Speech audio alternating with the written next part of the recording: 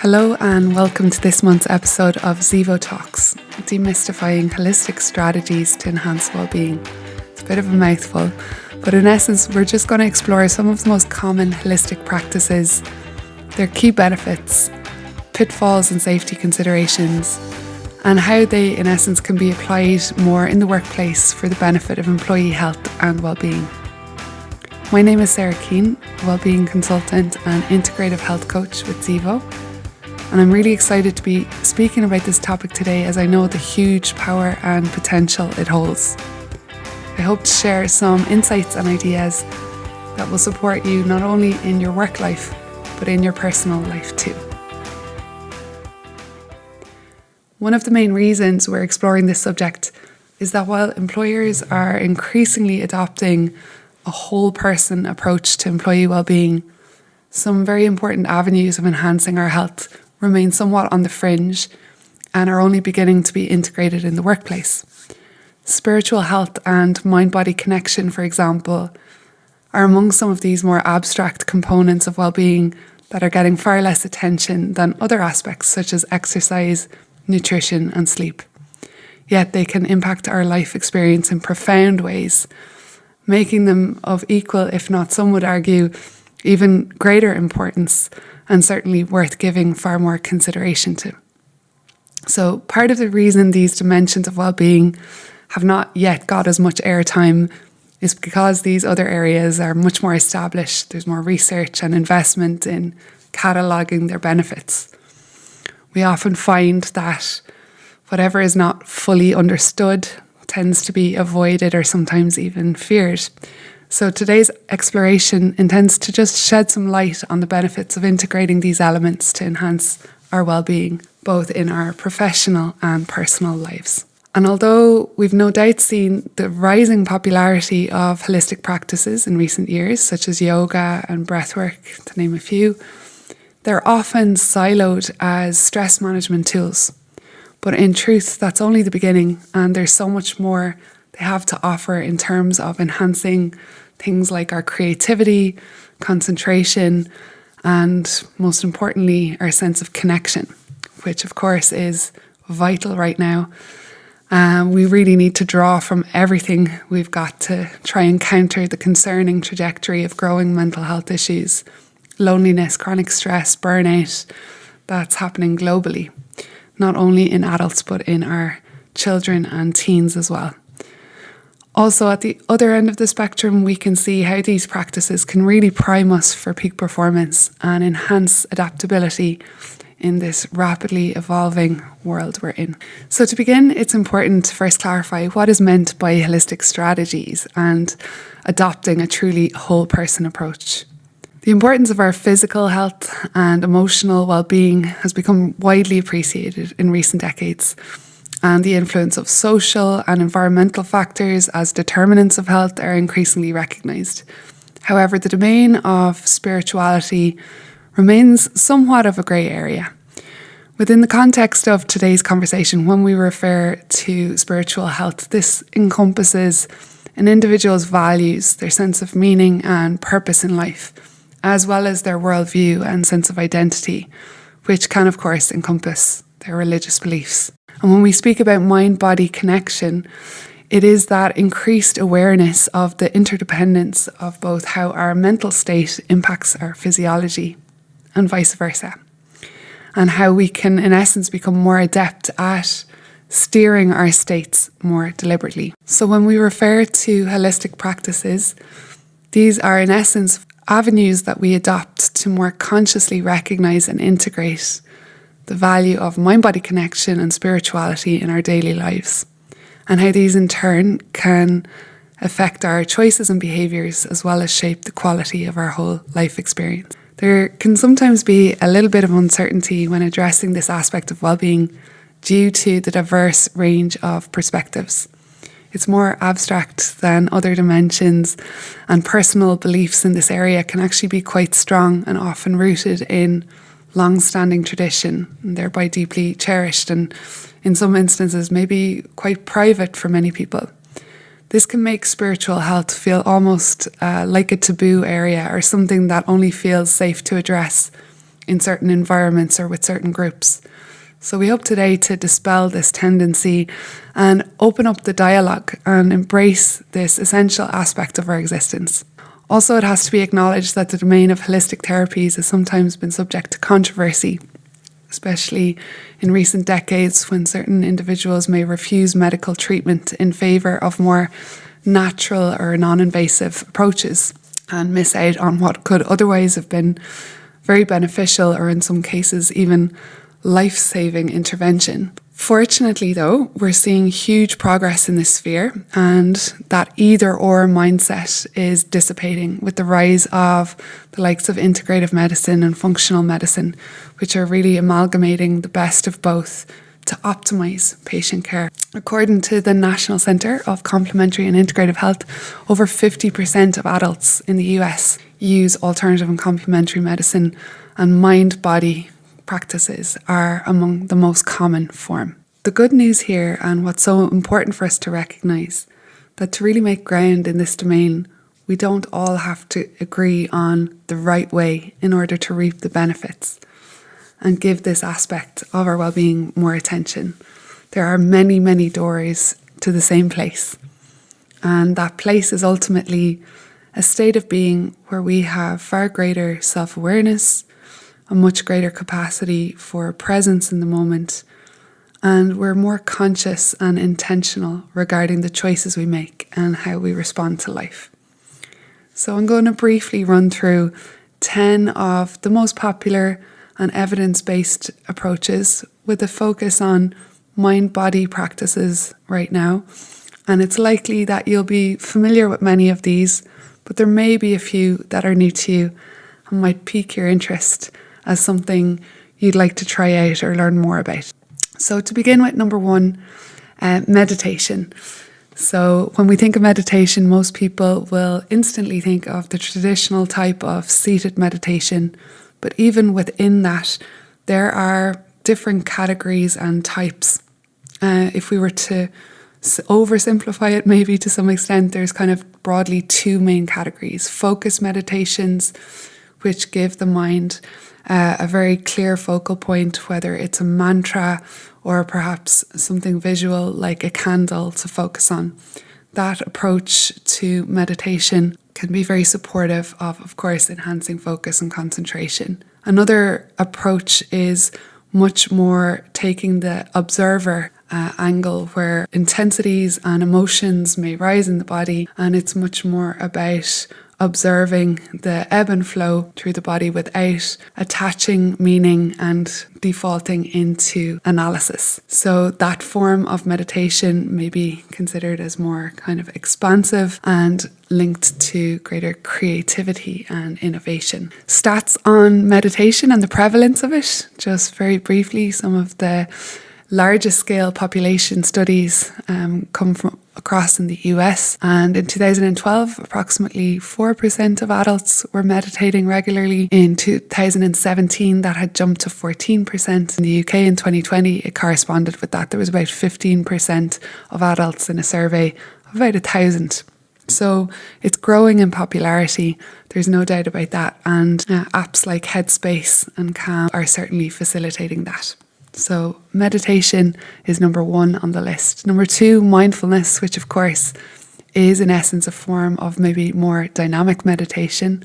So bridging that meditative state into our waking lives as we go about our daily tasks. It became a real buzzword over the last decade and very much brought to the forefront in certainly Western countries by the likes of John Kabat-Zinn and teachers such as Thich Nhat Hanh, who brought their various approaches and teachings in a more dilute and simplified version, which was easily accessible to so many of us.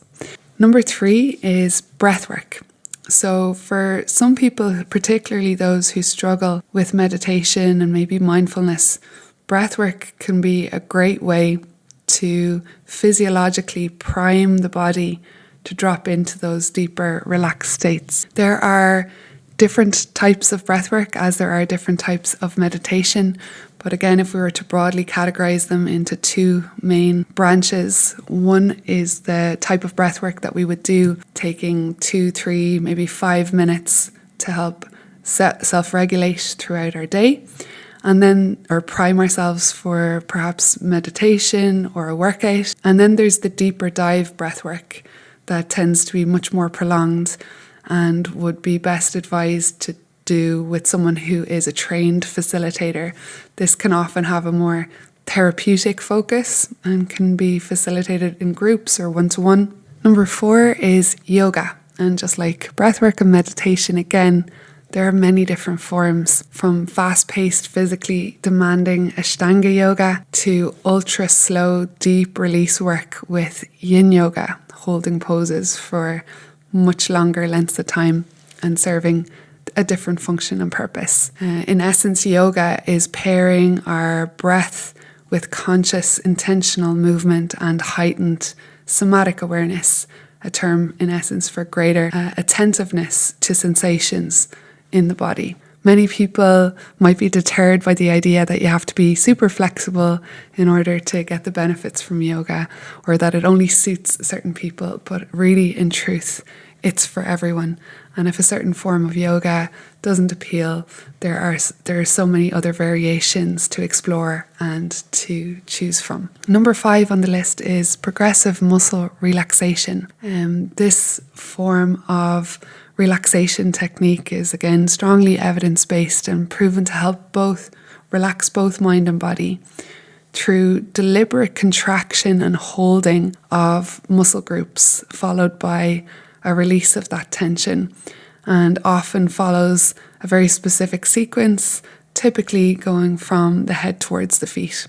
Yoga Nidra is similar to progressive muscle relaxation. It's possibly the most passive form of yoga, kind of like Shavasana, and you're just lying there, where you drop into, again, a deeply relaxed state. You're on the verge of sleep, but still conscious and alert and attuned to the body. Autogenics is a very brief intervention based on a similar concept to progressive muscle relaxation, except with a greater focus on simply reaffirming statements that the body is heavy, warm, and relaxed. This was created by a medical doctor in the early 1900s who wanted to come up with a brief intervention to help heightened patients who were in a heightened state come back into that more relaxed and present mode.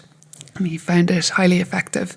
Autogenics, again, is less than a 10-minute intervention. In some instances can be done much faster than that. So like breathwork, these can be adapted for a quick recalibration or indeed a deeper, more prolonged immersion.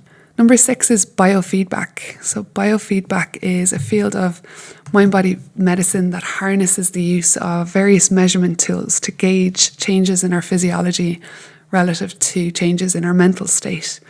And they can be really useful to help individuals develop and strengthen their ability to shift states intentionally by seeing immediate corresponding changes in these various physical measures. The most simple form look at changes in tracking in our heart rate or heart rate variability, but more complex forms look at things like muscle tension, brainwave activity, and even skin temperature.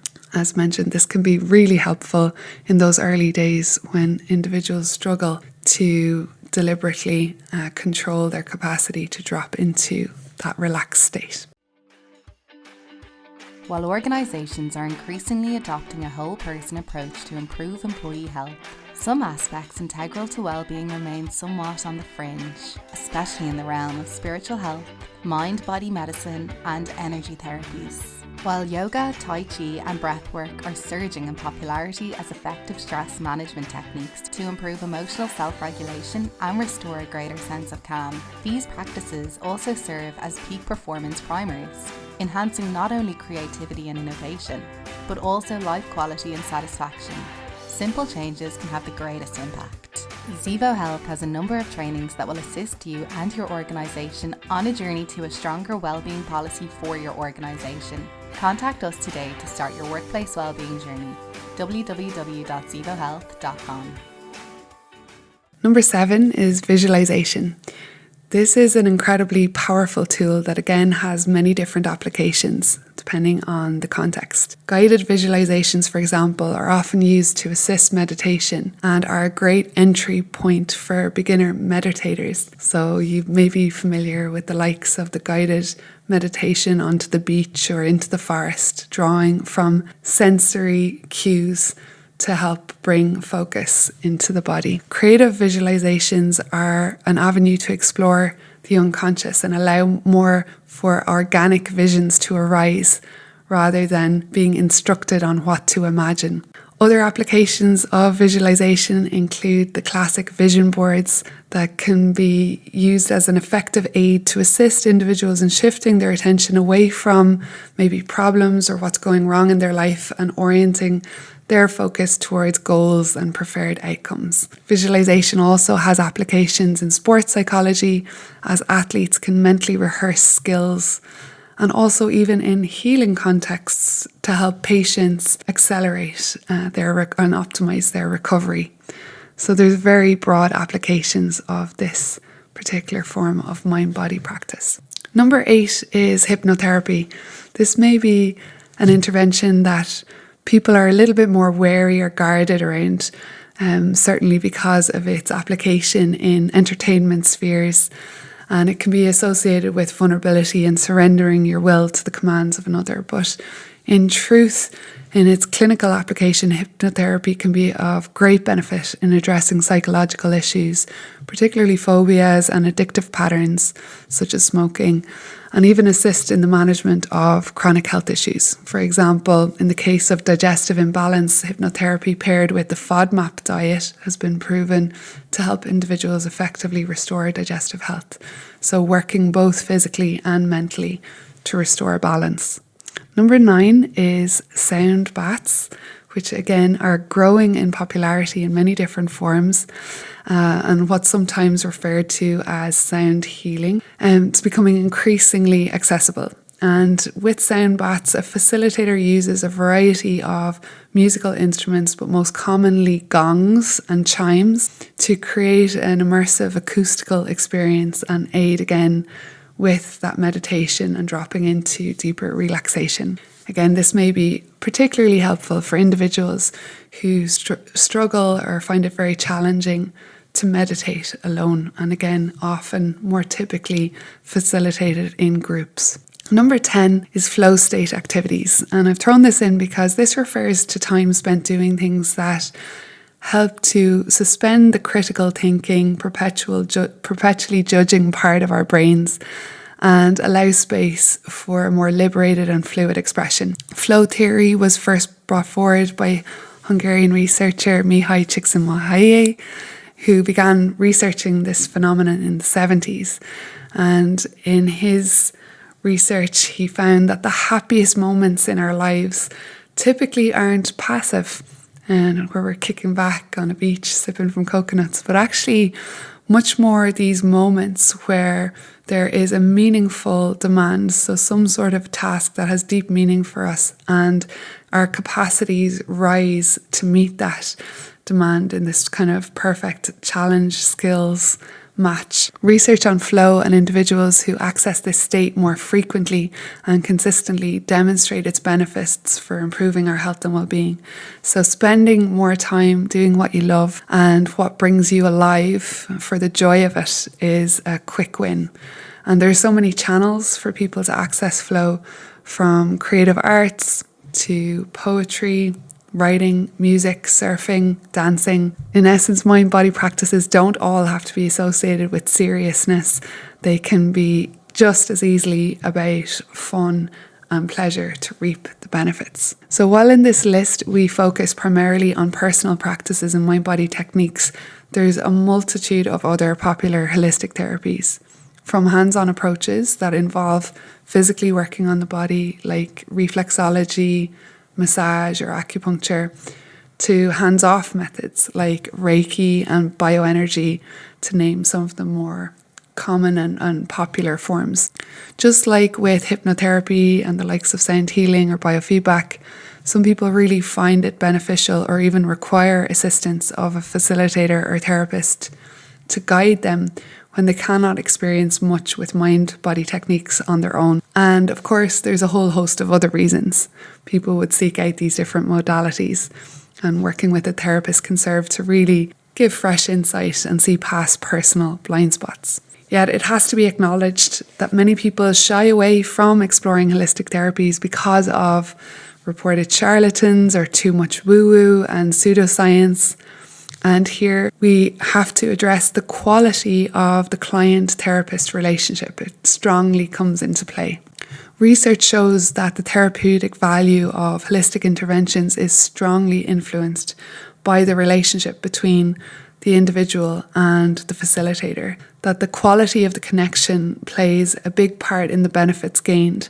This, of course, is built upon the experience and knowledge of the practitioner, but equally their own capacity for presence and providing a non-judgmental, safe space to assist and guide the individual into a more relaxed and calm state. This process, of course, can be incredibly vulnerable, and so if someone's opting to work with someone outside of a more formalised healthcare professional sphere, there are a few things to consider, which we'll touch on in a moment. But first, we're just briefly going to discuss the many benefits of integrating these approaches into your daily routines or weekly schedule.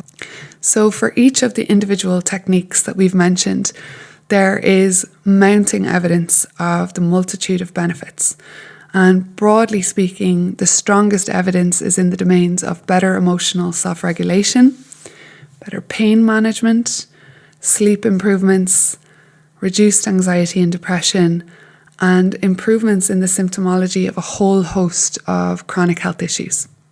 If we were to boil it down, the common denominator across all of these practices is that they ultimately serve to really help relax the body and mind, activating our parasympathetic nervous system, or what's sometimes called our rest and digest mode. And with that often comes this immense release of tension, a quality of expansion and lightness in the body, and a quality of openness. It could be described as shifting gears from defensive to receptive mode. And in this more relaxed state, recalibration and rebooting across all of our systems is optimized. In essence, the body can enter repair mode far more effectively than it can when we are in a contracted and tense state. Our body's innate intelligence can do its thing. This has been verified by research in the field of psychoneuroimmunology, which explores the impact of our mental state on different systems of the body, from our nervous system, endocrine system, and immune function. For example, the link between even low-grade chronic stress and elevated inflammatory biomarkers, such as interleukin-6 or C-reactive protein, reaffirms this profound and often acute impact of our mental and emotional state on the physical body. And so methods and practices that enhance our agility to shift gears between stressed and relaxed are invaluable for our health and well-being. We definitely do not want to lose our capacity to get stressed, but we certainly need to strengthen our ability to recalibrate and reboot after those stressful moments. Though this is an oversimplified explanation, the effects of many of these practices are indeed quite universal, and this is promising because it means there are many, many routes to take. If someone doesn't love meditation, then breathwork or yoga or an assisted approach such as acupuncture may be much more appealing and effective. This capacity for deep relaxation serves as a strong foundation for greater presence, awareness, and intention, that bedrock of conscious living and empowerment. In the domain of peak performance research, meditation, mindfulness, and breathwork in particular have been shown to enhance our focus and concentration, as mentioned before, our creativity and innovation, but also benefit our communication. There's mounting evidence supporting the benefits of courses such as mindfulness-based stress reduction, nonviolent communication, acceptance and commitment therapy, which all are derived in essence from Buddhist teachings, and their application in the workplace has served to greatly enhance relationships, communication, leadership skills, innovation, and much more. So I mentioned a moment ago, if you're working with a therapist, there are some things to be aware of. There are broadly some common pitfalls that people can slip into when it comes to holistic strategies. And these are just some key health and safety considerations to keep in mind. Number one is that if there is deep trauma in an individual's past or other psychological or medical conditions, it really is best to work with a trained professional and experienced therapist.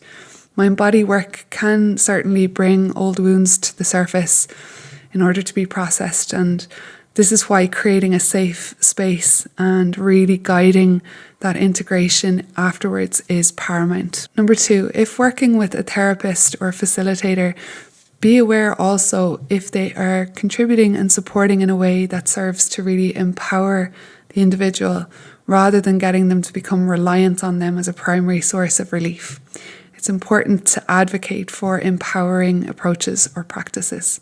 It's also important to be aware of the driving force or motivation in seeking assistance in the first place. If it's driven from a motivation of wanting to be fixed or healed by the other, this instantly may set the individual up for a more disempowering dynamic. But that said, it's always wise to veer away from absolutes and appreciate that context is everything. So it really depends on the situation. Next, it's important to be aware of gentle transitions between states and allowing time for integration. Deep mind-body work can require time to process and readjust. And you see this a lot when people attend immersive retreats and then suddenly go back home to their normal pace of life, and they can feel quite discombobulated or overwhelmed. So it's really important to give space and put buffers in place, whether it's allowing 5 minutes after meditation before you jump into a meeting, or allowing a day or two after a retreat to consider the changes you're going to make, and also to have some form of ongoing connection, maybe with a facilitator or group. These are all important considerations. Lastly, it's also important to realise that there is a wide variety of new methods and systems continually emerging. Many of these holistic modalities rebrand the wisdom of ancient traditions, and while it's really good to stay curious and explore them, the advice would be to be very discerning about what is adopted. In my personal experience, it becomes less and less about the specific bells and whistles of a modality, and over time becomes simpler and simpler, and ultimately about what is it that supports accessing this state of deeper relaxation and presence in the most effective and impactful way. So in the final segment, we're just going to explore integrating holistic strategies in the workplace, some of the common challenges and also the opportunities. As a business owner or people manager, holistic strategies can greatly enhance the employee's work-life experience, but may feel daunting or overwhelming knowing where to start or how to possibly address or integrate them in the workplace. Starting with what might be perceived as the more challenging aspect first, addressing the domain of spiritual health. It does not have to be such a mountain to climb. And the more esoteric or ethereal aspects of the subject do not have to be tackled in order to embrace this domain and really reap the rewards. In essence, spirituality ties into deep-rooted aspects of an individual's role at work and is inextricably linked with feelings of fulfillment, meaning and purpose. It's an integral component of major drivers of performance and well-being, and it's been well established that sustained well-being is strongly associated with employees having a sense of autonomy and purpose in relation to what they do. So how to facilitate that? Well, psychoeducation on the importance of understanding our personal values can be a key part to support this and assist workers to become more aware of what really matters most to them and how this might align with the company vision and mission. There are many well-established evidence-based courses such as the aforementioned MBSR, NVC, ACT, which can be effective ways for groups or teams to learn and evolve together. moving through a process over a set period of time. While this may not be overtly considered spiritual, many of these approaches really are, because they enhance the individual's self-awareness and cultivate that presence and intentionality. When it comes to religious beliefs and practices at work, honouring the diverse needs of employees is important, and recognising if spaces could be provided or working schedules restructured in order to accommodate an individual's personal requirements and preferences in this domain. It may be much more important for some employees than others, but a consideration across the board nonetheless. When it comes to mind-body practices, again, education can be an effective way to introduce concepts that may be relatively new to many employees. But also there's other practical considerations to take on board, such as, are there spaces allocated for meditation? Are there classes available for employees to learn and practice skills? Is there access to facilitators for that additional one-to-one support, or who can guide breathwork and meditation groups? All of these are simple things that may lead to big differences in the long run and really support your employee in addressing this domain of their health and well-being.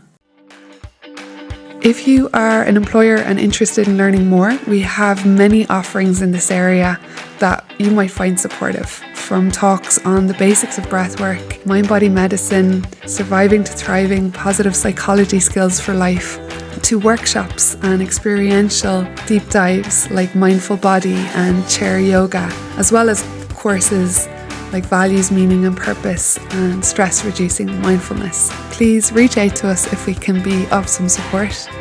And otherwise, I hope the information contained in this podcast today has planted some seeds and given you food for thought, and that may lead to new innovations in your own workplace or personal life.